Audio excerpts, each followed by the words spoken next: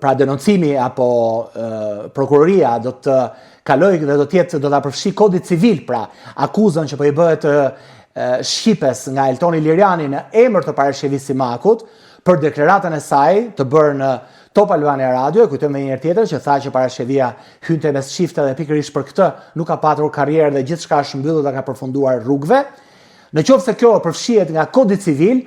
atëherë dënimi këtu është më i butë. Është më i butë në Viteburgu, por parashikon një dënim mjaft të kripur nga ana monetare. Në qoftë se shqipja shpallet fajtore,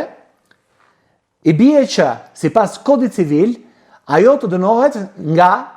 1 milion lek të vjetra, pra po e bëjmë me euro, me që kursi është 1:1, pra rreth 1000 euro të dënohet Shqipe Hysenaj për një gjë të tillë, deri në shumën 5 milion lek të vjetra apo 5000 euro.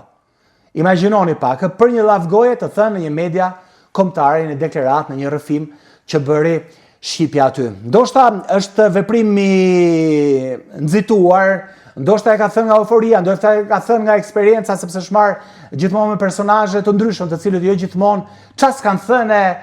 çfarë nuk kanë hedhur balë të gjëra tilla si këto, dhe pjesa më e madhe i kalon duke ditur që është pjesë e industrisë së showbizit. Por kësaj radhe kemi një akuzë të drejtë për drejtë nga Eltoni Liriani duke thënë se do mbroj parashkjevisi Simakun, duke hedhur Shqipe Hysenaj në gjyq pas disa ditësh, pasi të mbaroi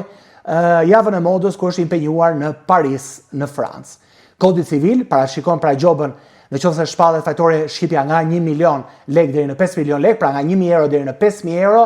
por në qoftë se ka rrethana rënduese, kujdes, rënduese, pra në qoftë se parashkjevisi Simakun nga kjo deklarat nëpërmjet psikologëve të licencuar të gjykatës arrin të mbledh fakte psikologu se ajo ka patur dëme psikologjike